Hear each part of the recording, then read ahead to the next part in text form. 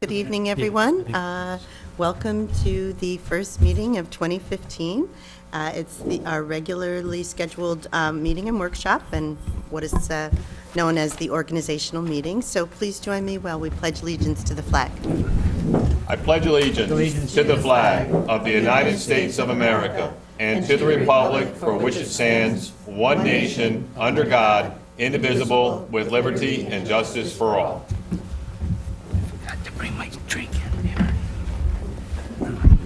Okay, so the first item on our agenda is a presentation and workshop item with Bob BALKIND, the Deputy Dutchess County Commissioner of Public Works, and he's going to be discussing the improvements to CRUM Elbow Road, the drainage and safety improvements that have been undergoing engineering for a number of years, and we thank the Commissioner for attending and for this in-depth presentation. So we'll just turn it over to you, Hyde.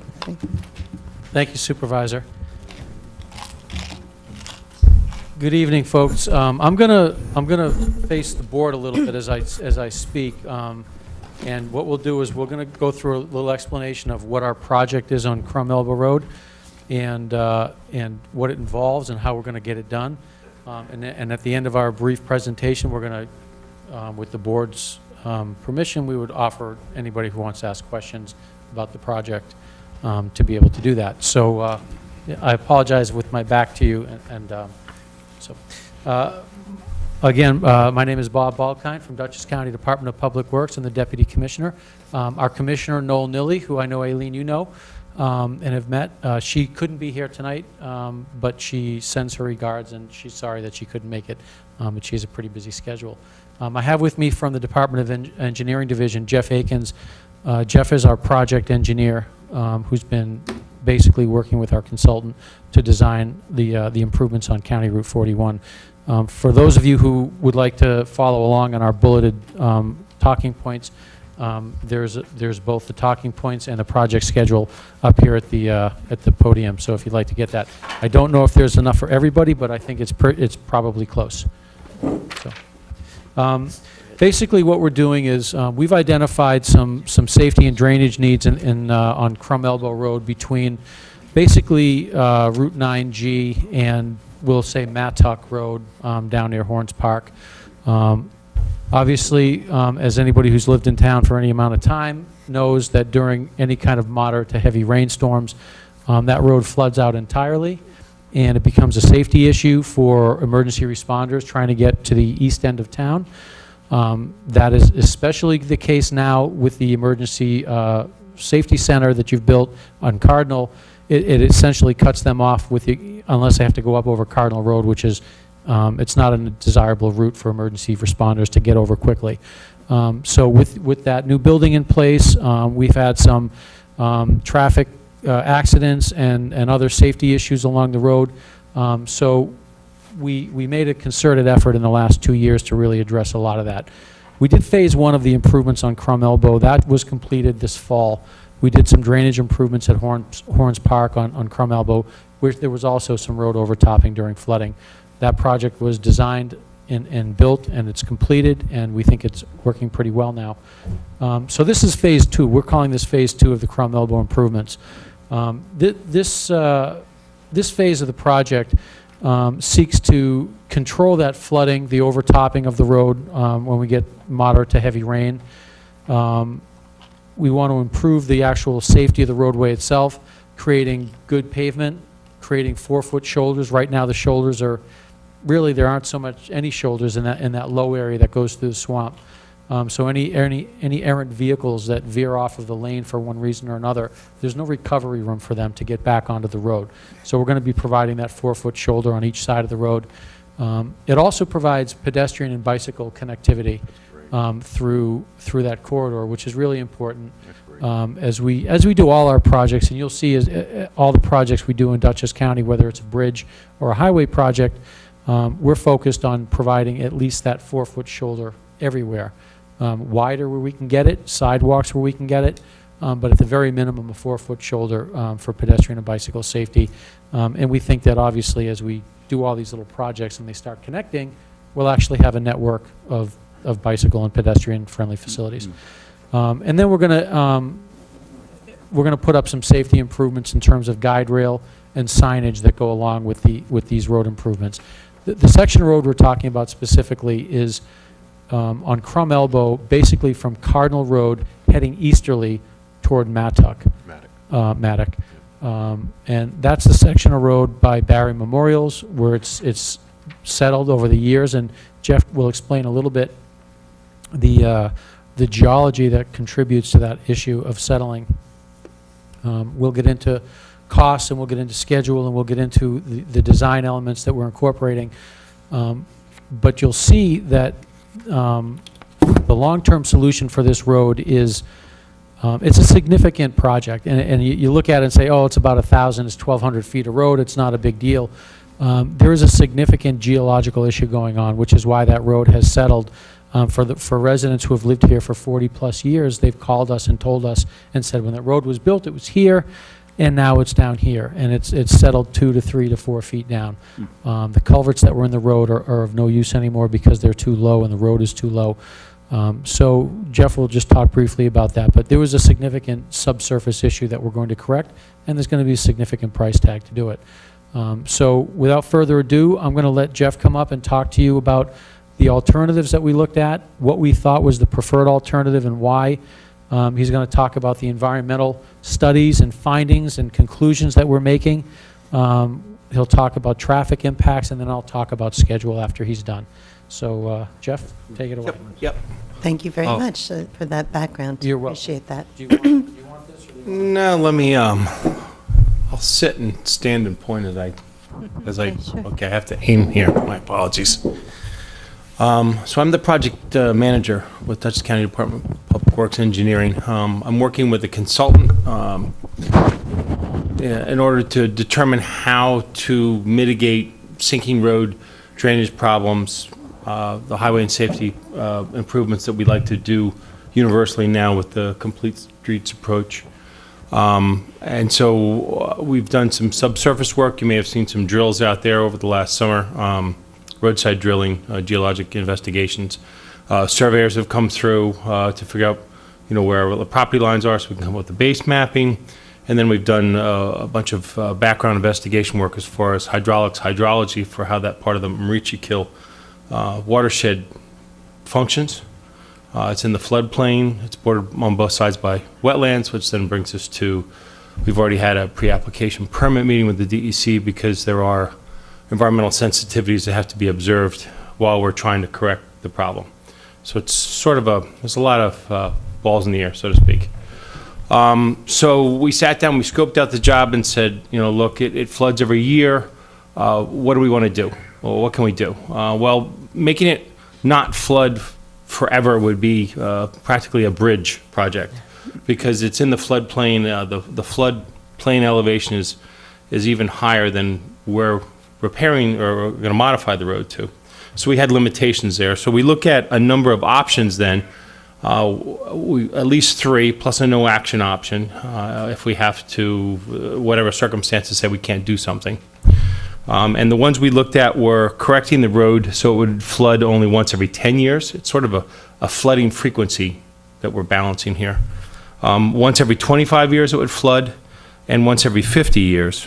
They've sort of bounded everything. And then after we had discussions with the DEC because of certain environmental conditions that I'll speak of, we actually threw in a 4th alternative, which is a 25-year storm with low retaining walls to minimize how much we spread out adjacent to the roadway in order to raise the center line of the roadway. So those are the 4 alternatives that we looked at with the consultant. Some of the background being it's a 45-mile-an-hour road. As Bob mentioned, 11-foot lanes and 0 to 3 feet, depending where you are, for shoulders or paved something between Cardinal and Mattock. So as we looked at those 4, mostly because of what we had met with the DEC, and they mentioned the mitigations were going to be required if we had to fill in the wetlands, we ended up going with that, what we're calling alternative 3, which is a 25-year flood frequency prevention plus retaining walls. It's expensive, but it balances out certain factors that would have been problematic otherwise as far as wetland mitigation. which, just to give you some background, the environmental studies and findings that we do, we as all agencies, we have to conduct seeker, so we do a hard look for historic and state historic preservation issues, and there aren't any in that stretch. Wetlands, there's state wetlands on both sides, right up to the edge of the roadway, and by technical definition, core, Army Corps of federal wetlands. And then a unique situation where there's a 100-foot buffer, so it overlaps. So we're in something, period, almost. And from those, we had the pre-application meeting with the DEC. We talked about some other peripheral issues, threatened and endangered species. There are bat concerns, so we're going to do some, you may see us out there doing some tree clearing before the spring to get rid of them. Sorry, excuse me. Look at the camera. Get rid of the trees, not the bats. To get rid of the trees so we don't have the bats. My apologies. So there might be some prep work that we do coming up shortly that you'll see us out there for. But permitting with DEC, we have a threatened and endangered species, make sure we don't take a habitat or an individual. Wetlands, limit it as much as we can. That's where the walls came from, versus just filling it out. And then we're working in the bed and banks of a stream that requires a DEC permit also, if you're working in a water course. And the Marici Kill is a regulated water course. So specific to the wetlands, if we had just filled it out, yeah, I'll let you point. I even have another one over here. This one has both of it, so both of them sort of. The bottom cross section, which is, there you go. Thank you. The bottom drawing is a cross section, which is if you take a roadway and cut it in half and look at it sideways. That's the center line, the lanes, the shoulders we would want to put in, and how far the fill goes out. And then immediately above that, sort of on the same scale, hopefully on the same scale, is the same roadway providing 11-foot lanes, 4-foot shoulders, but we're going to put in low, small retaining walls, 3-4 feet exposed faces, so that we limit that spread. With the fill, we would have had to put in, with the typical cross-section, just build the roadway. We would have filled about 0.4 acres of wetlands, and the DEC said you would have to have 0.8 acres of wetlands recreation somewhere. So as soon as we go to the walls, there's a price, but now we're down to about 0.1 acres or maybe a little less. That itself is a mitigation, you know, the fact that we're providing that and not just coming through and filling. So we'll get the permitting soon with the DEC, but this is sort of what the pre-application meeting allows you to do. You know, what if, okay, maybe, and so that's how we had that fourth option. And that is the one we're going to go with walls through the lower parts between Cardinal before you get out to Barry Memorial. After that, it sort of goes back to a roadway project because there's not wetlands on both sides. So about how many linear feet then, would you say? Total for roadway reconstruction? Well, for the, for the. Oh, for the retain- walls? The retaining walls. I'm going to say on the order of 400 or 500 feet. And it will begin just east of Cardinal? Yeah. Yeah. Yeah, the walls would begin just east of Cardinal. Oh, thank you very much. So yeah, that's Cardinal, okay. and we're going east. So there's walls and walls. This is the entrance to the water Treatment. facility. Okay. Keep going. Up here would be Barry Yeah. Memorial somewhere. Yep. There's one more driveway, and then you get up to where it becomes more congested driveways. Okay. Yeah, and at Barry. The walls would end at about the Barry Memorial I forgot site. for the microphone. What will they be constructed of? We don't have that level of detail yet. They'll probably be, like, for anyone who's familiar with it, like the Stone Strong pre-manufactured retaining wall units, Okay. pre-engineered, pre-manufactured, that they would, like the big Legos, essentially, the big Lego Okay. stones. We like to work with Legos. The other cross section, the same ones that Bob has on top of that other drawing, you'll notice the heavy black lines. When we did the geotechnical investigations, we were originally just going to look beneath where the existing corrugated metal pipes work. So we're going to put 2 8-foot high by 15-foot wide concrete box culverts in. And if the road's sinking, those would sink too. So probably. So we drilled around there to see what was going on, so we figured we were going to have some sort of support or geotechnical improvement just to hold the boxes where we wanted to put them and raise the road up. Well, it turns out you've got about 10 or 15 feet of cobbles and boulders and whatever else, and then you hit about 50 feet of silly putty, organic material that is so wet and dense, think of it as peat moss. And you load it up, and over time it slowly squishes out like a sponge, which is what has been happening. My guess is every 10 or 20 years somebody does a raise the road project. And then every 10 years somebody goes, the road needs to be raised. So we can't continue to do that. And the solution is this material goes down between 59 and 71 feet. We're going to do some more drilling because we have to figure out how far away from the culverts it is also, because right now this just assumes we have timber piles or concrete piles just being like a telephone pole you drive on the ground. A lot of them, every 8 foot on center, underneath everything. Wow. And then what's called the geogrid, picture that, plastic fencing, orange fencing, you see up to stay out of, but tougher, and you put that across, now you can sort of build on it, at least the roadway. And then the walls themselves, the outer ones, will be in line with the series of these piles also. And, you know, we're going to have somewhere between, 400 and 1,000 feet of piles, 0 to 70 feet deep, 6 to 8 foot on center everywhere. Wow. So it's a, Big job. when Commissioner Balkind mentions, originally I was just focused on a lot of the challenges from an engineering standpoint. It just makes the price tag a little higher. Doable, but higher. So. Did you say 2 8 by 15 foot culverts? Yes, box culverts. The idea, if I could step back for a brief second, is it's so flat in there that the corrugated metal pipes that exist really don't do a lot in the way of a regular river. They sort of balance everything. So we could put those pipes back in, but we want to put in something that would pass the stream with some additional frequency. And also, you don't have a lot of maintenance problems, so we didn't want to put metal pipes back in. For all we know, when we take the old ones out, there's going to be half a pipe we pull out of the ground. And then also, when we raise the rest of the road further towards Barry, we're going to leave some pipes above where the water is now, because the DEC won't let us put pipes in so either wetlands drains relative to where it is now. We have to maintain the ecology, the natural ecology now. So we have the big pipes that hold the river, the Marichi Kill, and then when the big storms come, these dry pipes can also function. And eventually, more on the estimated frequency once every 25 years, you'll get some encroachment. Whereas now it's every spring thaw or heavy storm. So that was the cost-effective, best we could do juggling that we do. Traffic impacts. When we do the reconstruction project, it's most convenient to close the road with a detour because you can build it quickest and the inconvenience is fastest. But we are still concluding seeker, so depending on some input from emergency response, we might find a way where we can get them to a job site in a pinch if we have to.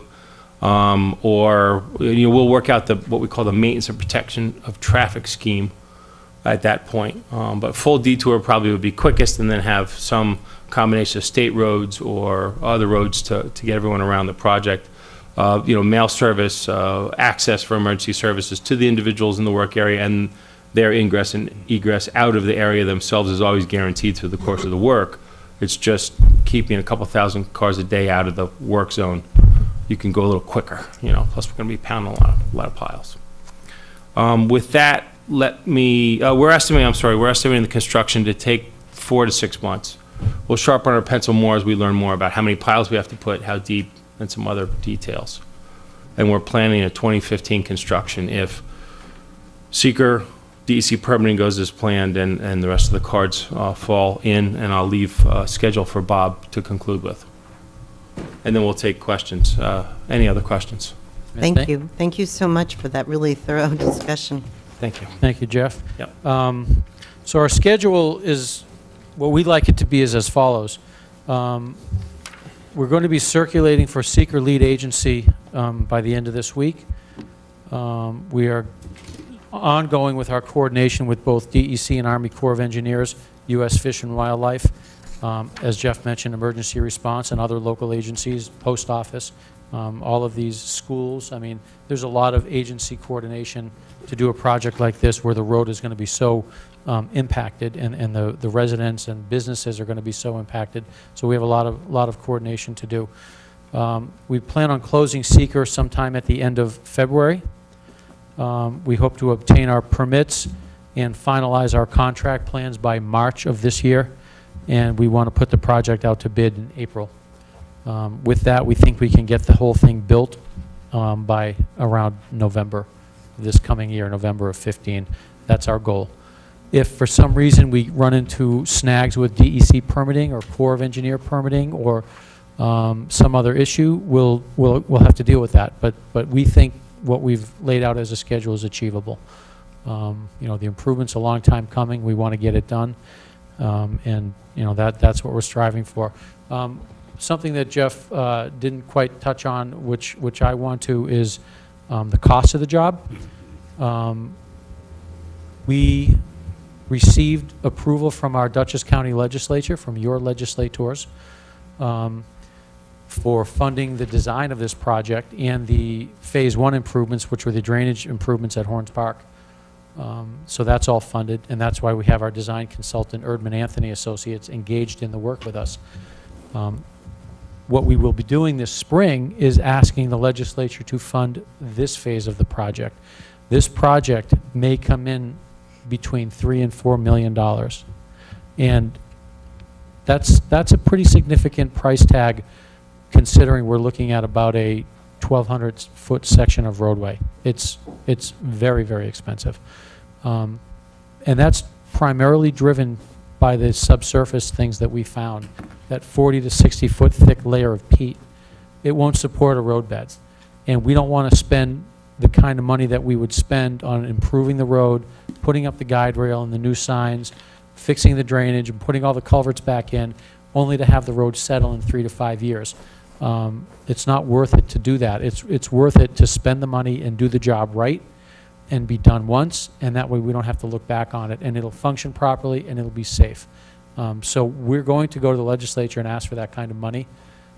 For anybody who has any interest or influence with their legislators or with county government, if you support the project and what we're doing, I encourage anyone to advocate for this project. It's important. It's safety. It's people's well-being that we're trying to take care of. So just so you know, it is expensive, and we think it's worth it. We could do a lesser project, and I think it would fail prematurely, and it would be, I think, a waste of money to do a lesser project. So that's what we're advocating, and we'd like, we want the support to do that.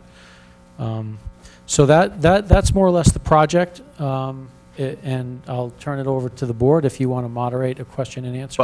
Bob, I have a couple questions. Sure. I'm gonna, if I may, I'm gonna sit. Yeah, that'd be great.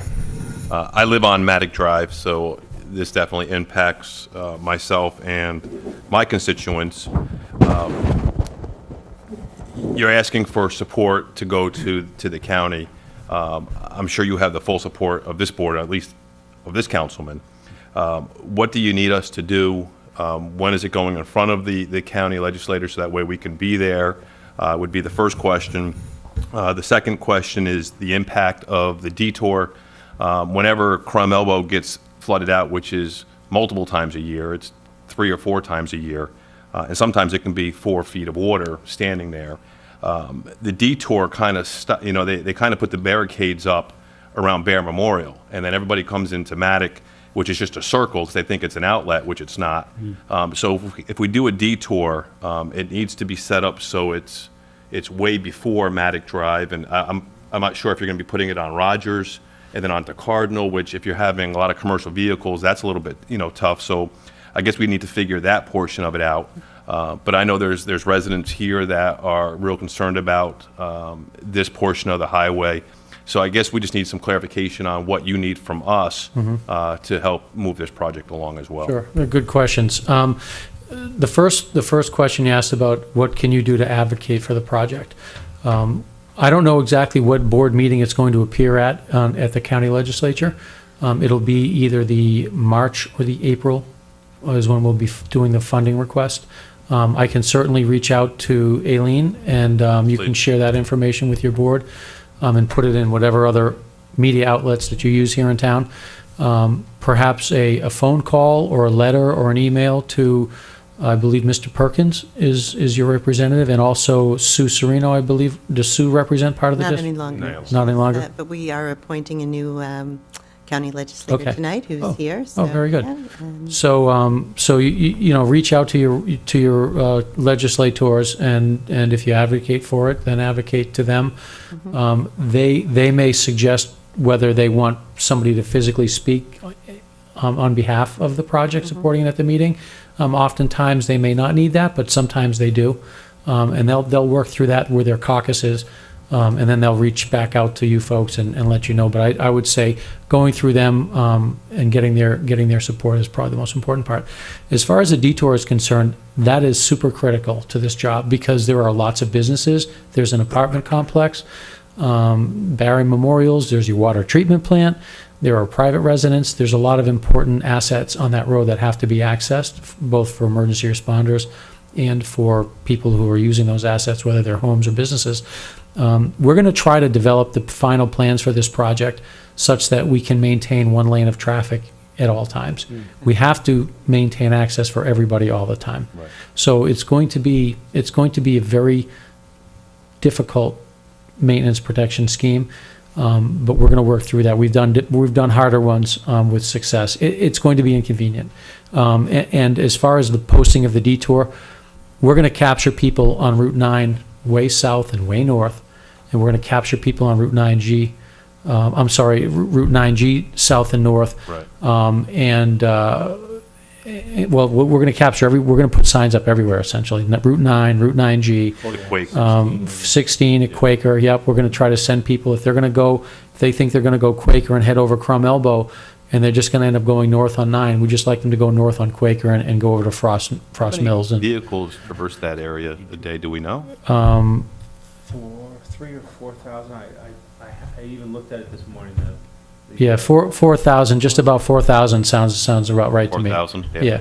So it's not our most heavily traveled road, but it's certainly in the middle of the Large road. artery for Hyde Park. Oh, yeah, and it's a significant road for the county system, too. Sure, okay. But I think it's important to remember that the detour is once, and then hopefully we won't have to detour so frequently in the future, so, you know. Correct. Absolutely. That's the goal. trying to Hannah, do you have turn some this off. questions, or? No? Emily? Do you have- No, I think it sounds Yeah, wonderful. it does. Yeah. For that. I just want to thank whatever supervisor or county executive took this road over as a county road.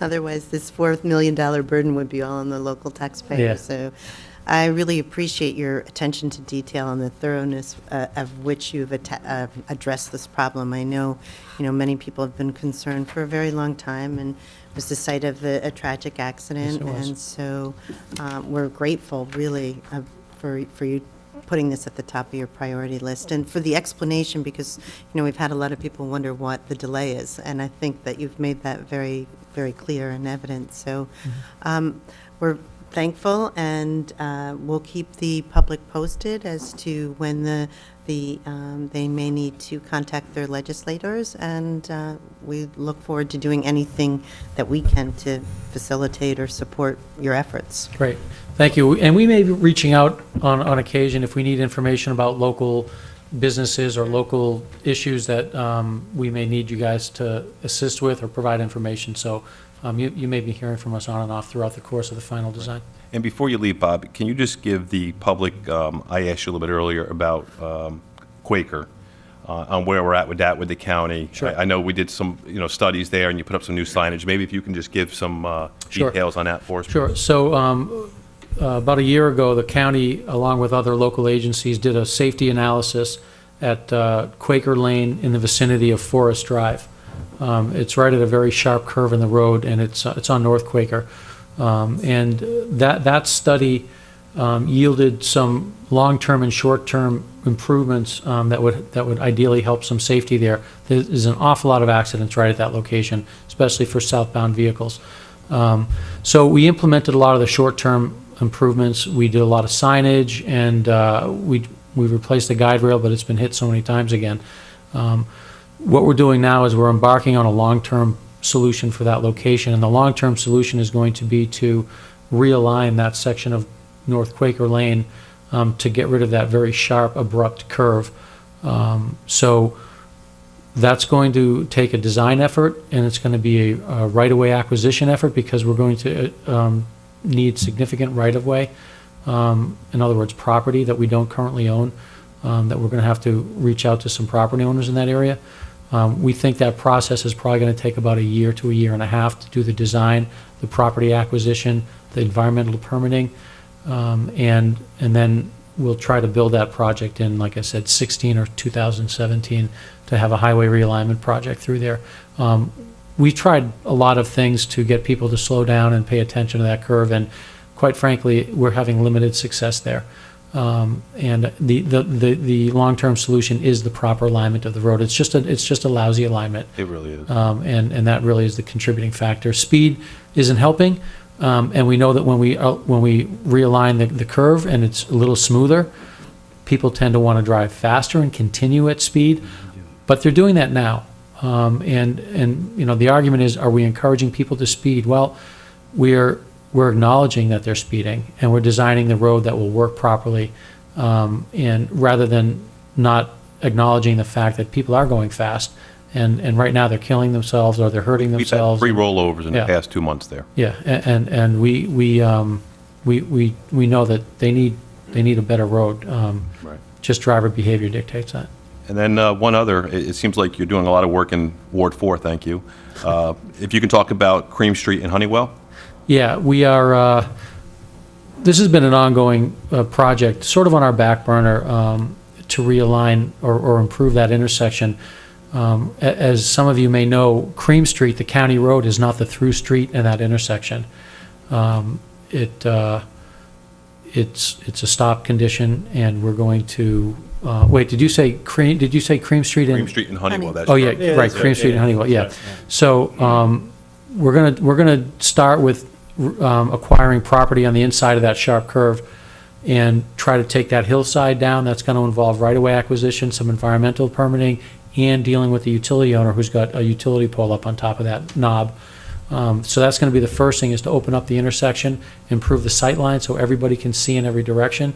And if we need to change the through route, the through movement, we'll do that and realign it. But we want to open up the sight lines, and, you know, we try to do incremental improvements to see if we gain anything. And if we gain enough, we're opening up the sight lines, make it safer and more functional, then we can sign it properly and leave it the way it is.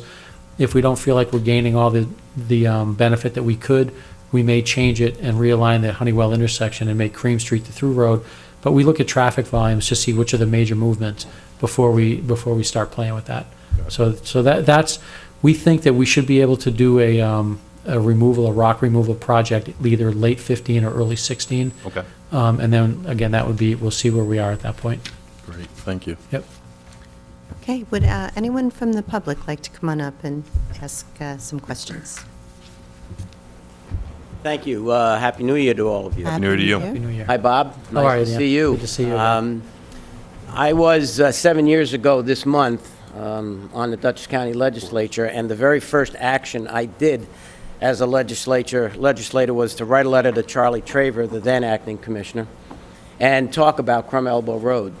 So I know that this project has been on your docket for a long time. Yep. Greg, your employer, your engineer, one of you guys down there, advised me that it was going to be a very time-consuming and potentially costly project. And he did talk about there was a bridge that might be. But once you've done all of this other work to try to figure out how can we best do it for the environmental protection, for the expense, this sounds like a plan that has taken a lot of your time to develop. It sounds like a plan that is going to help the situation on County Route 41. And it also sounds like a plan that Ken has worked with you on to improve other county road conditions within the town of Hyde Park. One of the other things I asked Charlie Traver to do, and I got an interesting response back, was can you lower the speed limit on all county roads in Hyde Park? The one that I think about most, and excuse my digression if you don't mind, west of Route 9G, Dorsey Lane is a Hyde Park road 30 miles an hour. As soon as you cross over Route 9G, it becomes a county road, and now it's 45 miles an hour, and it has turns worse than West Dorsey Lane. So I just throw that in there as a potential thought process for you guys. I'm really happy to see, however, that this project is moving forward. I wish you the greatest success in it, and I offer my assistance to you, to this board, as a former county legislator from this district. I will be more than happy to go down to the county legislature and speak on behalf of this project, along with Rich Perkins and our new county legislator who's going to be appointed tonight, because it is that important. It's such a shame we had to lose such a beautiful young man as a result of, Yep, absolutely. you know, all of this stuff that has taken place in the past. So I offer that support to you, and best of luck with the work, and I hope like heck you don't have any difficulty with it, and that we have a nice new road by the time this year is over. Great. Many Well, thanks. thank you. Thank you Congrats for your on support. Thank you, taking care Mr. of this. Thank Kufner. Yeah. Thank you. Come on up, Luigi. I'm a little shocked to know that this started 7 years ago. I just want to make sure that this is not going to start and stop again. This has to be fixed, and it has to be fixed now. $3 million? I'm sorry, it's not a lot of money. It's not enough. This has to be completed now. These environmental issues need to be resolved. There cannot be a holdup in this. It has to be completed. We started this process 2 years ago. I was not aware it started 7 years ago. If it was completed 5 years earlier, we all know it would not have happened. So what is the likelihood that these environmental issues will stop us? Are you pretty confident that this will go through? Yes, we're very confident. That's all I need. We've had our pre-permit meetings, and we've had a lot of coordination with DEC and Corps of Engineers, and that's why we put a lot of effort into doing all that pre-coordination. We built those we're designing those retaining walls to stay out of the wetlands. That was a huge mitigating factor to speed up the permit process, was to just simply not be in the wetlands. That was a little bit more expensive alternative than simply laying the dirt out, but we know that permit-wise, it would be much more expeditious to get that permit done that way. So that's part of the reason why that option was selected. So it sounds like all the ducks are in a row. then. We're darn close to getting done with it. Very good. Thank Yep. you. Thank you. Thanks, Luigi. Thank you, Luigi. Would anyone else like to ask any questions of the Commissioner? Deputy Commissioner. Deputy. Deputy Commissioner. Okay. Thank you well, so much, again, Bob. thank you so much. you. We appreciate your attention and your efforts and anything that we can do. Thank you. Thank you for Thank your you, time. Bob. Thank you. I'll leave them, Jeff, thank you so much for all your work. We do appreciate it. Thank you, Jeff. I don't know how to turn this off, so, do you know? You can just leave it right on the table. Okay. Batteries will run for a little while. That's fine. Thank you.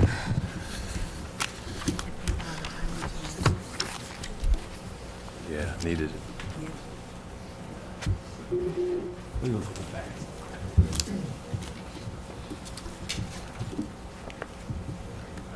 Appreciate you all coming out to talk about that, and we'll definitely be staying in touch. So with that, I would like to give an update on 2014 and talk a little bit about what we'd like to work on in 2015. So I'll just kind of launch right into that. I started with the big things, the time-consuming things that I work on daily, but sadly, they don't seem like they've resolved. I guess a lot of government seems like that, including even this project. And it's it's something that's very frustrating for people who have never been part of government. It's difficult. But in any case, we are making a lot of progress on various things. One of the issues that I began working on almost immediately into coming into office is trying to address a lot of management issues, one of which is our 8 water and sewer districts. We actually have 9. One is managed by REIMBURSEMENT, but we manage the other 8. And it was immediately clear to me that we didn't really have the facilities to do that. And so we sought the assistance of Dutchess County Water and Wastewater Authority, and together we came up with a application for the Local Government Efficiency Grant, and that was to examine, to obtain monies, around $190,000 we received to do the engineering analysis of our water and sewer districts to see what they need, their condition, and to also explore the possibility of merging those districts or having them absorbed by the Dutchess County Water and Wastewater Authority. So I just wanted to give an update. We are still plugging along on that. We received the engineering studies in the summer of this past year. We're working on putting together the budget and doing all this other hullabaloo to get this on track.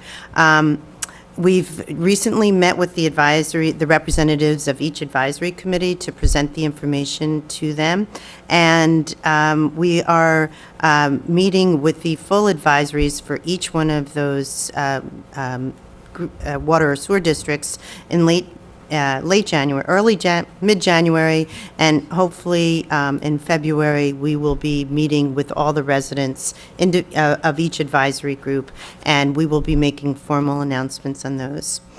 So that process is still moving forward.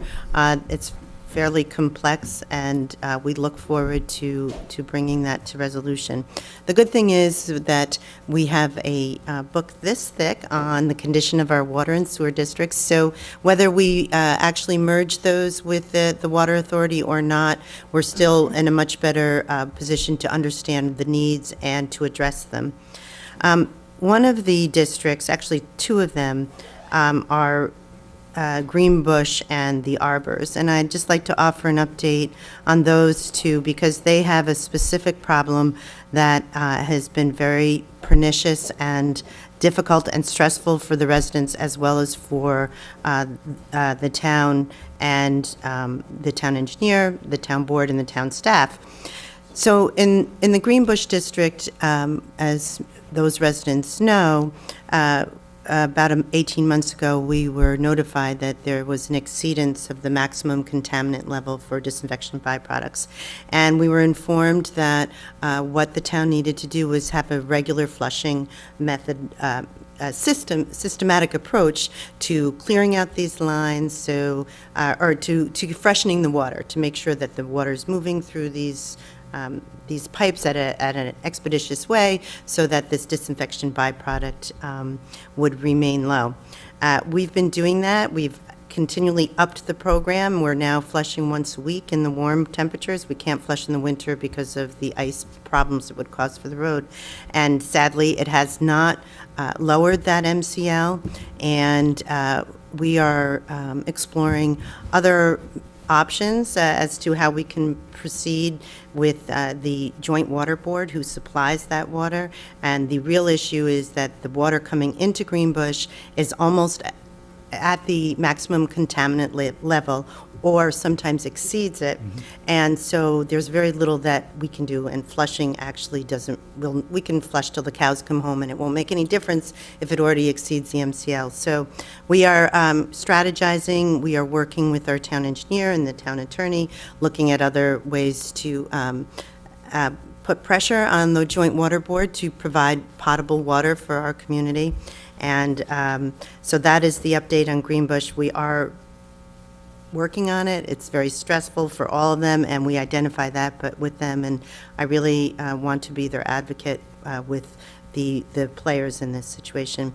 The Arbors was also, had exceeded the MCL, but they are a little bit closer in proximity to the Joint Water Board plant, so that actually did come in under the MCL this past quarter. So that's that. So I just threw that in, even though I was really discussing grants.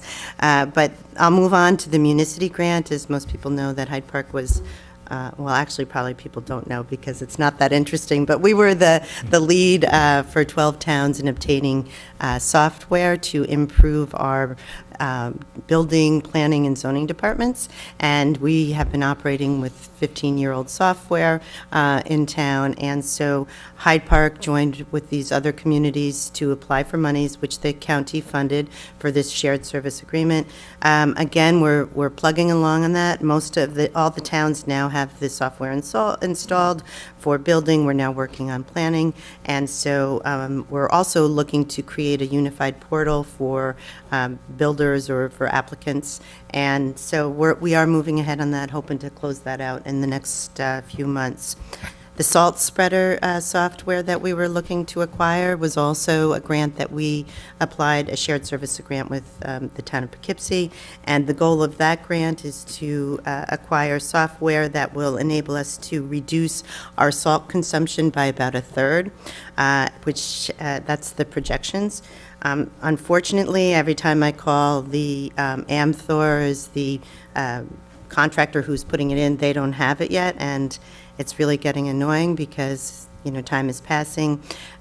Salt is a major cost for this town, and we are working with the highway super. We have to explore options to reduce this cost because it's truly not sustainable.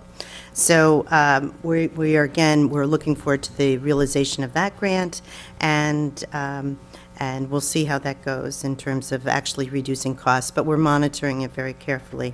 And also with that grant, we received a skid steer with a snowblower to maintain our sidewalks as well. Yeah, so we were able to, because there was excess funds, utilize that for the purchase of a skid steer. Correct. So hopefully hopefully we won't be having to use that, but, if we do, we will. So then the other grants that are ongoing is the CDBG grants for sidewalks. We're really pleased with how the sidewalks came out on East Market. They look really nice, and it's really was a very nice project, all paid for out of the Community Development Block Grant, and we're thankful to the county for that award. We've also been awarded for the 2014 grant monies to create a sidewalk at Farm Lane, so we plan to get that project out to bid in the early spring. Another project we're ongoing is the Crossroads Core zoning, and that is updating the zoning for this 4-block section surrounding the Crossroads, basically a little bit north of the Crossroads to Harvey Street. And the intent of that zoning is to allow for greater density and clarity for developers on the appropriate uses for this commercial area that is historic in nature. And we worked closely with a number of the property owners on the development of this new zoning, and that's an ongoing process. We have a public hearing scheduled for I think it's the 22nd, but we'll have to update that, Warren. Is that right? Is that that we'll continue it on the 22nd? Mm-hmm. So we're looking to move ahead on that. Then there's additional 3 other important grants, and I'm going to defer to Emily because she's our grant maven, and she can give an update on those. So one is the TAP. So really, all these are related to improving safety and encouraging economic development in our commercial hubs. One is the TAP grant, which is Transportation Alternatives Program. We were fortunate to receive $676,000 from the Federal Department of Transportation to create sidewalk and bike lane infrastructure on the east side of Route 9 from Water Tower Road to Park Plaza. So that's in the area of the Eveready Diner, more or less. And for our local contribution, we are counting on the $100,000 economic development grant that Terry Gibson secured for us through the state Senate. So hopefully we'll be able to still get that money and use it for for the match to that project, so we're able to access the TAP grant. That's going to be a couple-year process by the time we get the designs done and all the approvals from New York State DOT, so I don't want anyone to hold their breath on that one, but we'll get there. Another grant we were fortunate to recently receive was $161,000 from the Regional Economic Development Grant Program, and that is to lay the groundwork for redevelopment around the area of Pine Woods Road and Route 9. So that will include a sewer design, roadway design, and the pre-review necessary to make that site really shovel-ready for a developer to come in and when an investor is ready and the sellers are ready to sell. So that we hope to move fairly quickly on this year. We have a conference call set up to get going on it. Was there something else you wanted me to mention? Well, those are the main, Yeah. the main ones, and I'm glad you mentioned the DESIGNATE because that's Yeah, the yeah. match as we said we need for the TAP. So, yeah. Did you mention the farm lane? I did. Yeah, so the Farm Lane is a project that's a sidewalk that's going to connect the Farm Lane neighborhood with the Stop and Shop, basically. So it's going to be a sidewalk behind the stone wall along Route 9 from Farm Lane down to the crosswalk that goes into the Stop and Shop Plaza. The traffic light, yeah. There'll be a more developed crosswalk there. And this is the same grant that you guys secured just recently. We finished on East Market. East Market, which I don't know if anyone has had the chance to go by, but it looks beautiful with the stone wall. Yeah, and so we're very eager to start that project, and as I said, we're looking for early spring. We also put in an application for the 2015 CDBG project for the reconstruction or redevelopment of the Pine Woods intersection, and we were happy to hear, I did receive a call from DOT that they actually have that on their schedule for 2016, a redesign of that. And mostly it was the pedestrian, adding a pedestrian light for that intersection. But they were very responsive to our plans and eager to work with us. So we're hoping that we can, it would be fantastic if we got the CDBG grant for this, because we could really make a transformation to that district. So we're keeping our fingers crossed. It doesn't sound exactly likely because we have won them the last 2 years. So but we'll see. We'll keep our fingers crossed on that. So back to financial. Can I just talk sure. about grants for one second? We throw the word grant out, and I just want people to really know how hard our supervisor and our deputy supervisor has worked to receive these grants. There's a lot of municipalities, including this one, that we used to hire grant writers. We would spend $10,000 to $15,000 a year and receive zero. These two young ladies have worked tirelessly and have received over $1 million in grant. And what grant money means to me, instead of us giving away our tax money to other communities, we're taking their tax dollars and bringing it into our community. And that's what we need to do in this community. And that's business friendly. That's working hard for this town. Emily blows my mind. She's a mother. She's going to school. She's a deputy supervisor. She's a friend. And she works hard for this town. And so does our supervisor. And I'm blown away that she does all this. Like I said, there's some grant writers out there that get a percentage of the grants that they receive for the towns. And Emily and Aileen, thank you. I mean, you guys do a tremendous job. And as a taxpayer and as a homeowner, I'm extremely excited and pleased to sit on this board with you guys and excited for the town and what you guys are doing. So thank you. Oh, thank you so much. Oh, that's really nice. Very touching. Thank you, Ken. I mean Yeah, it. Thank you. Thanks. Oh, okay. So moving on, we'll just talk about our budget, that we were able to live within the tax cap, and that means that the taxpayers will be receiving their rebate because of that.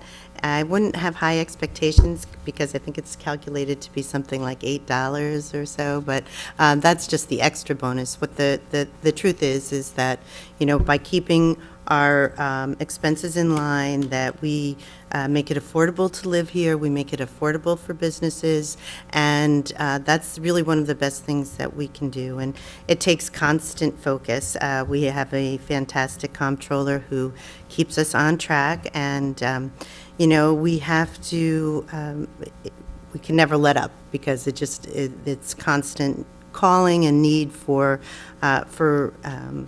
resources, and so we were pleased that we could live within the cap this year, and I'm very hopeful that we will be receiving some of the largesse that the state has. Many people have heard they have this $5.1 billion surplus, and Hyde Park definitely has our hand out. We are looking for monies for infrastructure. We're looking for monies to maintain our roads, and honestly, the state should be sharing it. There's no question about that. One of the things that I do on a very regular basis and focus on is the maintenance of our facilities. You often hear, and I think I probably said it too before I got involved with government, what do I get for my tax dollars? And, you get a police service, a very fine police service, and that's about $2.5 million of our budget. But we also have a lot of facilities in Hyde Park. Many people don't ever think about that. But we have 8 parks. We have a town hall. We have a police court facility. We have approximately 99 miles of roads. So, just maintaining that infrastructure is a very important and time-consuming job, and I appreciate all the hard work that everyone in Town Hall and the highway and the police really do. It's part of what makes our town a great town, and I'm proud of everyone who works for us. So I'm looking forward to a lot of things in 2015, especially continuing hard work, but we want to expand our infrastructure. As Ken mentioned, we're constantly seeking grants because that's non-local tax dollars that fund those projects, and so that's one of our primary focuses. It has been. We need about $4 million for sewer. That's what Hyde Park needs. It's been identified for decades, but $4 million is not really that easy to come by for a town. It's different if you're the county, as we just heard. That's about what the road reconstruction would cost. So that's something that we're eagerly pursuing and hope to work with our new senator on. And so that's, and also our Congressman Chris Gibson. Again, we're going to be focusing on controlling taxes through professional management, oversight, consolidation, and sharing of services when possible. We're continue to promote redevelopment by continuing dialogue with developers. We talk to them on a very regular basis. We seek out new people to come into town. We try to support those who are looking to expand their business. We try to promote our town and its selling points. We have a great Facebook page that we put the positive out there. It's very important, when people talk about how we'd like to see our town flourish and grow, and that these empty stores filled. Part of it is we have to be telling people what a great town it is so that they feel comfortable coming here. Businesses want stability. They want to come where they can rely on a constant flow of customers. So we have that, and so that's something that we work on. We also have an efficient planning board, and I see we have our planning board chair here, and we also have Chan Murphy here, and that really matters. I know that you guys regularly meet with developers offline just to expedite the process, and I think it's working. We've got a lot going on in town, and I really sincerely thank you for all that hard work. We are working on increasing communication. Facebook page has been very productive for that. We have a town-wide email system that we encourage residents to sign up for. You're noticed of all different events and things that are going on, including town board and planning board agendas. So it's a great way to stay informed. There's a lot going on in town, and resident input is important. So we're really trying to improve that. We have a lot of effort goes into it by our media committee, and we're continue to work on that. We are working constantly on promoting community cohesiveness, and that's something that I feel really proud of, that we have had great success. We work with all kinds of our community and civic groups, and our school and our fire districts and our residents. And I think Hyde Park is really unique. I think when people see what we do together, that it's something to be proud of, and I really hope that we can actually bring that even further along. I'm going to be hosting a meeting later on in the winter with bringing the different spiritual groups and community groups, and just trying to have a brainstorming session on things that we can work on together. So that's pretty much my update, and thank you for listening to me. And I don't know, Emily, would you like to add something, or? Oh, I don't want to add too much. That was Sorry, a pretty I know it was a long, exhaustive this is very list. extensive. But I'll just add that, my main goals for this year are really to carry out some of the grant projects that we discussed earlier. And a couple other things that I don't want to bite off more than I can chew, but I hope that we can keep moving forward on the Green Tree corner. We've gotten pretty close to striking a deal to be able to resolve that corner once and for all, and we'll discuss that at a future meeting. That'll be a victory. Yeah. And I'll just kind of mention in advance that the Conservation Advisory Council is interested in pursuing becoming a climate-smart community, and I'm looking forward to working with them on that.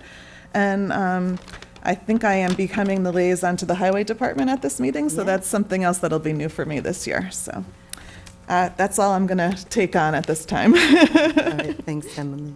Dave, I had asked everyone to think of things that they'd like to work on for 2015, so. Yeah, thank you, Supervisor. You covered about all of them, though. And I just want to note that I ditto what Councilman Snyder said about working with Aileen and Emily Svensson.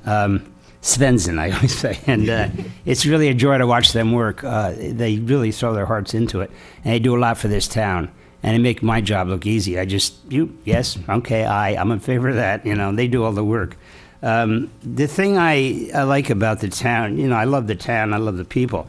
And I've got to meet a lot of them. I haven't been in business here in quite a while. Used to be in Malloy's for years, and then I was away. Not away, but different stores.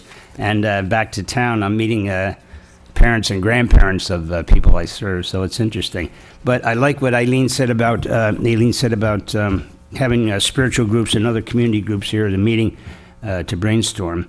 Because I was thinking, we have a property maintenance issue that we constantly deal with, and a lot of the times the people just don't have the wherewithal to fix their property up, even mow the lawn. They're either retired or they're disabled, they're on fixed incomes, and they just don't have an extra buck to spare. So sometimes, help your neighbor, like FDR used to say, you help your neighbor out, my friends and neighbors. It's a nice thing to do, and maybe if anybody could give up like a Saturday, once in a while to do somebody's lawn, it would be nice. And it could be done voluntarily, it wouldn't cost us any money, we feel better about ourselves and our fellow citizens. And this board encourages that sort of thing, and I'm just so happy. The other thing was, I see we're going to have a new county rep and a new state senator, and they could help us with this. Wish Dutchess County does not cut the mental health budget anymore and probably add to it. With the recent slaying in New York City, I think it's either mental or drugs that causes most of these things, and we have to be ever on the alert for that. And it's right in our local community.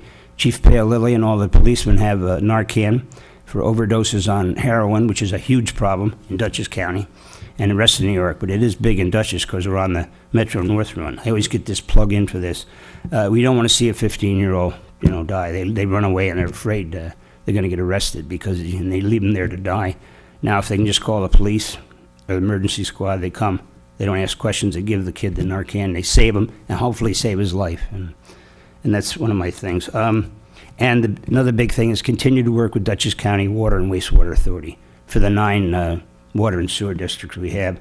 And hopefully, I think they'll be a lot better handling it than Hyde Park is, because the town board can literally change every 2 years, and you can't manage it. It's just, we need professionals, and I think that's the way to go. So again, I thank everybody on this board, and I appreciate working with them. Oh, thanks, Dave. And Hannah, do you have things that you want to talk about? Well, I see lots of people in the audience waiting for their names to be read. So I'll just say what I'm most looking forward to is working with our deputy supervisor on all of these grants that we have coming down, and particularly some of the studies that we are finishing up and hopefully moving forward on those. Okay, great. Ken? Yeah, I won't take much time either, but I have really enjoyed my 3 years. I'm going into my 4th, and it's been a complete joy of mine to work with the Chamber of Commerce here in Hyde Park. Capola's has always been a great neighbor. I think of 2 years ago going to some local banks to sponsor our 4th of July parade or music in the parks, which was all new. And they just were more than eager to step up and help in these trying times to offer these services. Instead of us cutting it, we're able to get sponsorships. And the Chamber of Hyde Park is just wonderful to work with, and I appreciate you guys putting your livelihoods on the line every day. And I hope that with how we promote the town with Facebook and being open and working with our planning board, working with our zoning board, working with our elected officials, that you can see a change in Hyde Park, that the developers see a change. And, with the grants that you guys received and the sidewalks, and I'm just amazed on how wonderful 9G is coming along. When you drive down 9G and you see Shelley's Deli that I went into, and you saw people in there buying sandwiches, and the owners were just so ecstatic, like, we can't keep hard rolls in stock, and I love seeing that. So, it's working. It's a slow process, and when you have a good foundation like we see with CRUM Elbow Road, when you put those pilings 70 feet in the ground, you can build a good foundation. And I believe that's what we've done here, and I think it's just going to continue to build from there. So thank you to the community, and thank you for the town board. Thank you. Did you want to talk about the Christmas tree? I do. Christmas tree disposal. Last year we started that. Again, I'm sorry that it came out a little bit late, but we are going to be doing that again at Hackett Hill. You can drop off your trees there. Please don't have them wrapped in plastic. There's a cone where you can dispose of the tree. Just put it next to the cone, and then our rec department will be mulching that up and using that within our park, so we'll be using those trees. So if you have your trees, please make sure you take your lights and decorations off and bring it to Hackett Hill, and we'll be more than happy to mulch it up. It's through the 13th, Yes, I believe, it's right? January 5th through the 13th, and you can drop them off anytime between 8 and 4 p.m. Again, that's at Hackett Hill. Okay, well, thank you. Okay, so shall we go ahead and move on to, oh, wait, we should probably have, would anyone like to speak? Oh, yeah, and actually Warren has one clarification here. Just want to clarify the information we gave you on the Crossroads rezoning. The actual tentative date for the continuance, the public hearing is the 26th. I think we said 22nd. I think I said the 22nd. And we do have to meet next week, and we're going to be reviewing some comments and that we received from the county and the public. Possibility we may make some changes to the zoning amendment, so that date is tentative. If we need more time to make those changes, it might be the next meeting after that, but we're shooting for the 26th. Okay, great. So would anyone from the public like to come up and speak on any of the 46 resolutions before us, or on any matter of town business? Okay, doesn't look like it. So why don't we go ahead and move ahead? Okay. Resolution 151 of 2015, resolution authorizing a lease agreement with the Culinary Institute of America and the Town of Hyde Park for senior aqua aerobics. Second? All in favor? Aye. Three? Two? Okay. Resolution 15-2 of 2015, resolution authorizing the town board to execute an agreement for the attorney to the town of Hyde Park for the year of 2015. Second? And all in favor? Aye.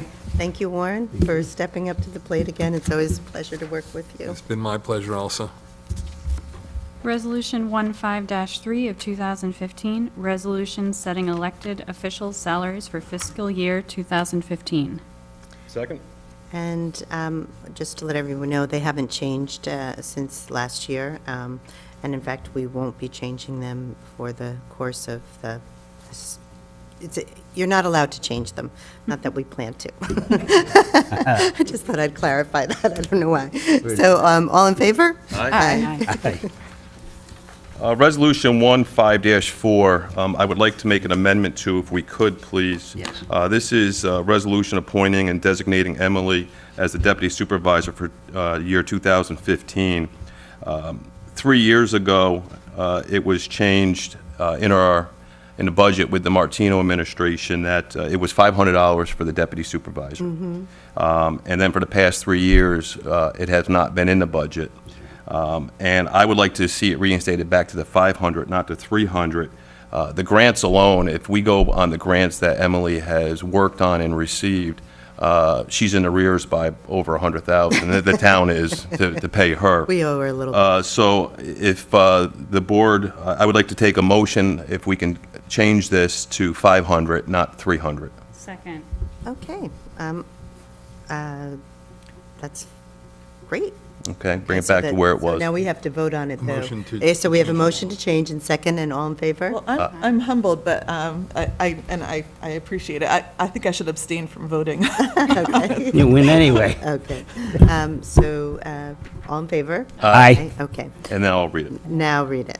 Resolution 15-4 of 2015, this is amended. Resolution appointing and designating Emily as deputy supervisor for year 2015.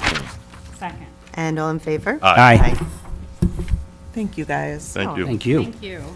Resolution 155 of 2015, resolution authorizing the town board of the town of Hyde Park to negotiate and sign a contract with Morris Associates to serve as town engineer for the year 2015. Second. And see Pete is here. Hey, Pete. And want to, again, thank you. You've kept your contract at the same amount for a number of years, same as Warren, and you do great work for us, and I know you do a lot of extras, so we you do. appreciate that. Thank you very much. Thanks, Pete. Thanks, Pete. Yeah, and we really get full service with all the different engineers. Oh, We wait. may not, you never We have to know. negotiate it first. Okay, all in favor? Aye. Resolution establishing salaries for union employees in accordance with the collective bargaining agreements for the year 2015. Second. And all in favor? Aye.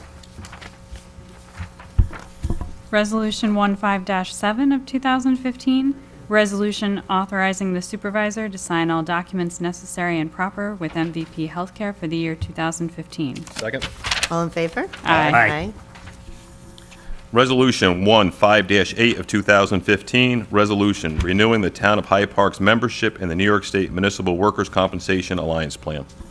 Second. And all in favor? Aye. Resolution 159 of 2015, resolution authorizing the town supervisor to review and sign the agreement with Emergency One for the Employee Assistance Program and random drug and alcohol testing for the year 2015. Second. Second, and all in favor? Aye. What did you read? 9. So you're on 10. It's a different one. Resolution 115-10 of 2015, resolution designating and reappointing Mary Donahue as chairperson of the Town of Hyde Park Zoning Board of Appeals for the year 2015. Second. And all in favor? Aye. Thank you, Mary, for stepping up to that plate. Resolution 15-11 of 2015, resolution designating Carrie DeGraw as a member of the Town of Hyde Park Conservation Advisory Council, CAC, and chairperson for the year 2005, Second. or 2015. Yeah. Second. Wish it was 2005. All in favor? Aye. Resolution 15-12 of 2015, resolution regarding policy for overtime and compensatory time for year 2015. Second. And all in favor? Aye. Resolution 1513 of 2015, resolution authorizing mileage reimbursement at the IRS rate for town officials and employees for the year 2015. Second. All in favor? Aye. Resolution 15-14 of 2015, resolution scheduling regular and workshop meetings of the Town of Hyde Park Town Board for the year 2015. Second? And all in favor? Aye. Aye. And they'll be posted on our website, right, Donna? Yeah. Resolution 15-15 of 2015, resolution establishing procedures for town board meeting agendas for the year 2015. And do you have a second? Second? And all in favor? Aye. Resolution 15-16 of 2015, resolution establishing regular office hours for the Town of Hyde Park Town Hall offices to serve the public for the year 2015, which is Monday through Friday from 8:30 a.m. to 4 p.m. Second. And then highway is 7 to 3:30. Yes, I'm sorry. And, yep, and so Hannah seconded. All in favor? Aye. Resolution 1517 of 2015, resolution setting holiday schedule for the year 2015 to be observed by Town of Hyde Park personnel not covered in the current collective bargaining agreements and CSEA for the year 2015. Second. And all in favor? Aye. Resolution 15-18 of 2015, resolution redesignating TD Bank, JP Morgan Chase Bank, and First Niagara as the town depositories for the year 2015. Second? And all in favor? Aye. Resolution 15-19 of 2015, resolution appointing officials and employees and establishing their salaries for the year 2015. And do we have a second? Second. And all in favor? Aye. Resolution 15-20 of 2015, resolution authorizing the execution of a contract for Stephen C. Hughes as webmaster for the town of Hyde Park. And a second? Second? And all in favor? Aye. I want to thank Steve for all he does, which is significant. Resolution 1521 of 2015, resolution appointing the town clerk as registrar of vital statistics and issuing agent of handicapped parking permits. Second. And all in favor? Aye. Resolution 15-22, 2015, resolution appointing town board liaisons. Second? And all in favor? Aye. Resolution 15-23 of 2015, resolution authorizing supervisor to sign checks using facsimile signature. Second. All in favor? Aye. Resolution 15-24, 2015, resolution appointing Ulrich, Harrington, and Sutcliffe LLP as bond counsel to the town of Hyde Park. Second? And all in favor? Aye.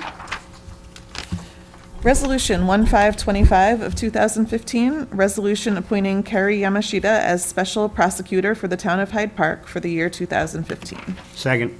And all in favor? Aye. And Carrie's here. Thanks for coming, Thank you, Carrie. Carrie. And thank you Carrie. for Great job. doing this, yeah. Fantastic job, thank you.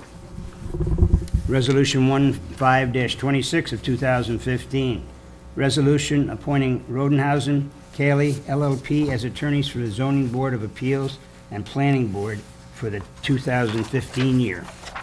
Second? And all in favor? Aye. Aye. And Victoria's here, and thank you so much. Thank you, Very- Victoria. Resolution 15-27 of 2015, resolution authorizing the Town of Hyde Park Supervisor to enter into a 2015 elections poll site agreement with the Dutchess County Board of Elections. Second. All in favor? Aye. Resolution 15-28 of 2015, resolution designated in the Poughkeepsie Journal as the official newspaper of the town of Hyde Park for the year 2015. Second? And all in favor? Aye. Resolution 1529 of 2015, appointment of town historian Carol Cohan. He's continuing to do this as a volunteer for another year, I believe. Yes. Second. And all in favor? Aye. Thank Res- you, Carol. Thank you. Carol's done a great job. She's Yeah. really accomplished a has. lot in the short time she's been here. Resolution 15-30 of 2015, resolution authorizing town clerk to accept refuse collections license fees for 2015. Second? Second, and all in favor? Aye. There was one little TC discovered that our code allowed, or encouraged us to charge for refuse collection, and so we instituted that this year. And thank you, Donna, for doing that, and have brought in, I think, $2,500 so far. Resolution 15-31 of 2015, resolution authorizing attendance at the New York State Association of Towns Conference to be held February 15th through 18th, 2015. And do we have a second? Second. And all in favor? Aye. 32 was pulled, right? Yep. Yep. Okay. Resolution 15-33 of 2015, resolution designating Kathleen Moss and Emily Svensson voting representatives to the Dutchess County MS4 Coordination Committee, the DCMS4CC, Dutchess County Soil and Water Conservation, the DCSWCD. Second? And all in favor? Aye. Resolution 1534 of 2015, resolution designating and reappointing Michael Dupree as chairman of the Town of Hyde Park Planning Board for the year 2015. Yeah. And Second. Michael's here. Second. And all in favor? Absolutely. Aye. Aye. Thank you, Michael. Thank you. Appreciate that. Resolution 1535 of 2015, resolution reappointing Chan Murphy to the Town of Hyde Park Planning Board. And- Second. And Chan is here. Thank you, Chan, for standing up to that position once again. All in favor? Aye. I just want you to know, Chan, that expires in 12/31/21. Okay? So we'll see you in 7 years. Take that. Resolution 15-36 of 2015, resolution appointing Gina Basil to the Town of Hyde Park Zoning Board of Appeals. And Gina's here. Thank you, Gina. It's very nice to have you aboard. Do we have a second? Second. And all in favor? Aye. Yeah, I just wanted to mention that Gina stepped up. She brings 6 years of experience in town government in Wappingers and other government experience as well, and will really hit the ground running already knowing how the ZBA functions and all the policies and procedures, so we're really lucky to have her step forward for this position. Yes, thank you, Thank Gina. you, Gina. Thanks. Who's it, me? Resolution 15-37 of 2015, authorizing renewing short-term disability insurance for the Town of Hyde Park with the Hartford Insurance Company. And all in favor? Aye. Aye.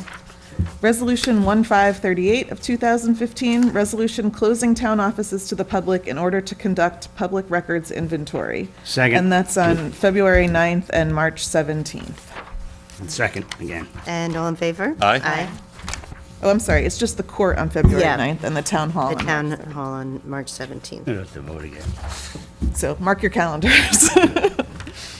Resolution 1539, 2015, resolution adopting fee schedule for the Town of Hyde Park for 2015. Second. And this is something that TC and I worked on quite a bit the last couple weeks. And the one part that's not here is our fee schedule for the camp and swim lessons, which we will be getting out on March 1st, just because we needed to look at it a little bit more carefully. So do we have a second? Second? And all in favor? Aye.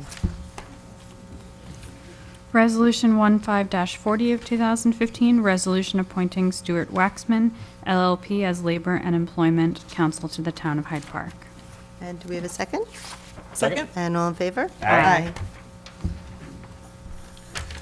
Resolution 15-41 of 2015, resolution authorizing the town supervisor to sign a DOG, oh. So used to, It's like CH. let me start that one over again. Resolution 15-41 of 2015, resolution authorizing the town supervisor to sign a dog control housing agreement with dog control services agreement with the Dutchess County SPCA. That's right. And all in favor? Aye. So I just want to point out that residents are still, the system still is to call the police, 229-9340, and then they refer it to the SPCA, but it is the SPCA that's providing the service. And while we're on the SPCA for a second, I had the pleasure of going up there again on Sunday. I bring the kids up there to visit the animals. And it is a beautiful, brand-new facility here in Hyde Park, something that Hyde Park should be extremely proud of, especially on the 9G side. And with the new facility, it is such a welcoming environment for those animals. Really and is. I don't know if anybody's a fan of SPCA on Facebook, but daily they have probably 4 or 5 animals being adopted every day. And it's just amazing with the outpouring of our locals that have supported that project. And it's just a great benefit to Hyde Park, and I'm glad to support that here. So thank you. Absolutely. And I know Bob Kampf is here, and he was very influential in getting that building done. Can I just say at this point that adoptions since the new building opened have skyrocketed? That's And great. very few people are coming out of the woodwork Interesting. to take part in what It's very true. Even the adult cats and adult dogs are all going home because they're just in a such Yeah. better environment. So if people haven't been there, it's really worthwhile trip just to go see the facility because it's beautiful. So, Absolutely. yeah. And you have a DOG thing, but no CAT. Get out of here, Mr. Camp. Did you want me to read this entire Yeah, resolution? we have an important resolution here tonight, and I've asked Emily to read it. Resolution 1542 of 2015. Resolution designating Dominic Ignafo to fill the vacancy as county legislator for District 4 to serve until the first day of January 2016. Whereas Sue Serino, the Dutchess County legislator for District 4, has been elected and sworn in as state senator for the 41st District. Oh, she was here a second ago. Oh, yeah, Congratulations, there you go. Sue. We're so thrilled. Yeah, Sue, we're reading the resolution, so Sue is here, and congratulations. We're looking forward to working with you, and yes. Sure, Of course, please. Please. I just want to say thank you, and I'm really looking forward to working with everybody. I'm so excited. We hit the ground running today. And I'm sorry that I missed Bob Balkind's presentation, because Rich and I worked so hard with him, and I'm so glad that he was able to explain everything, that people, understood some of the difficulties, and, that we're able to help Luigi and Lisa. So thank you so much. Great. Thanks We're for just working reading with the everybody. resolution for Dominic, so if you'd like to and hang that's around for a great, and second. Yeah. Absolutely, yes. All right. Sue. Thank you, Sue. Thanks, Sue. So whereas, as a result of Sue Serino's election as senator of the 41st District, there now exists a vacancy in the office of county legislature for District 4 in Dutchess County, formerly held by Sue Serino. And whereas Section 2.13 of the Dutchess County Charter provides in relevant part that where such vacancy occurs, the town board of a district lying wholly within the boundaries of one town shall fill the vacancy on an interim basis during the first 30 days after the occurrence of said vacancy by a majority vote of the said town board. And whereas the Hyde Park Town Board has been notified of the vacancy in the office of County Legislature District 4, and whereas the town board has interviewed prospective residents of the town of Hyde Park who have expressed an interest in the appointment as county legislator, whereas all of the prospective appointees have been found by the town board to be well qualified, and whereas the town board has determined that out of the prospective appointees interviewed by the town board, Dominic Ignafo is the most qualified to fill the office of county legislator for District 4, in that Mr. Ignafo is well-versed in the issues important to Hyde Park residents and brings a wealth of knowledge of the criminal justice system as a retired probation officer, has extensive experience with vulnerable populations, including at-risk adolescents and victims of domestic violence, and holds a bachelor's degree in political science and a master's degree in public administration. Whereas the town board has determined that among the prospective appointees, Mr. Ignafo has the best background to represent Hyde Park residents and to address the specific issues facing Dutchess County. Now, therefore, be it resolved that the Hyde Park Town Board hereby designates Dominic Ignafo to fill the vacancy in the office of County Legislature for District 4 of Dutchess County to serve until the first day of January 2016, following the general election in November of 2015, at which time such vacancy shall be filled in accordance with Section 2.13 of the County Charter. And be it further resolved that the town supervisor and town clerk are hereby authorized to certify such appointment in writing and to file the same with the clerk of the Dutchess County Legislature and the Dutchess County Clerk. Thank you, Emily. And Dominic is here. Would you like to please stand up and let everybody? Yeah.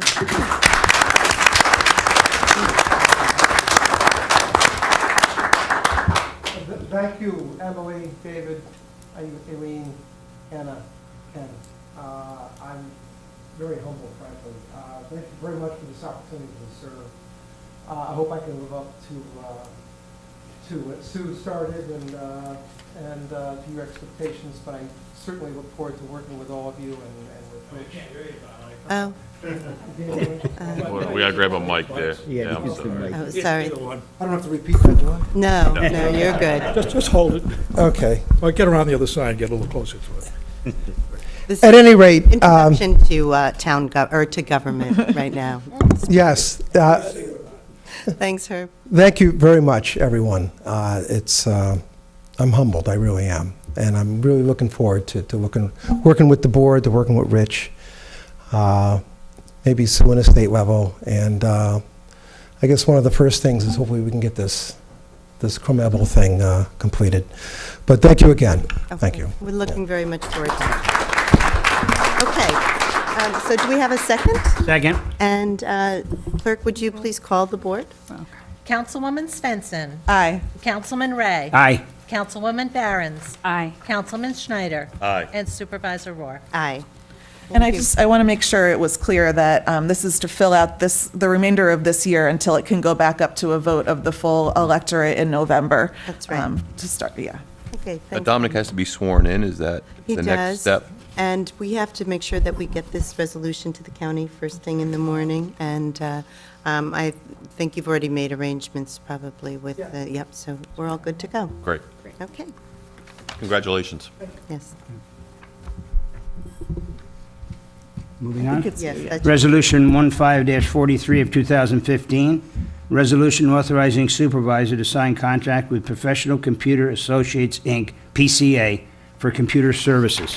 Second? And again, this is a contract we worked on quite a bit, TC and Joanne and I, and PCA actually brought their monthly payment, our annual payment down significantly. They reduced it by over $200 a month, and we appreciate that. Partially, that was done because we were able to install new desktops pretty much entirely in the town, so they did give us a discount on that, and I was pleased. So, do we have a second? Second. And all in favor? Aye. Resolution 15-44 of 2015, resolution authorizing the town supervisor to execute a letter of intent with the municipal energy program. Second. And all in favor? Aye. Almost there, folks. Yeah, we're getting there. Resolution 15-45 of 2015, resolution authorizing the town supervisor to sign a tree service contract with Nature's Tree Incorporated, DBA, Save a Tree, Save a Lawn. Second? Second, and Warren, did you kind of looked at, Yeah, revised so- that a little bit? No, so- it's fine. Okay, It's, good. The bid package had all the information, details in and it. it's incorporated in the agreement. Oh, great. Okay, so all in favor? Aye. Aye. Last one, guys. Last one, Resolution 1546 of 2015, resolution readopting the Town of Hyde Park's workplace violence prevention policy and naming compliance officers for sexual harassment in the workplace and workplace violence prevention. And, Second. and all in favor? Aye. Okay, well, thank you, everyone. Thanks for coming out. Appreciate it. And wishing everyone a happy new year and looking forward to working together. Okay, good night. Happy New Year. Oh, wait, sorry, wait. I need a motion to adjourn. I make a motion. And a second? And all in favor? Aye. We'll be here I all was night. anxious. It would just be an ongoing meeting. Okay. Run into the other one.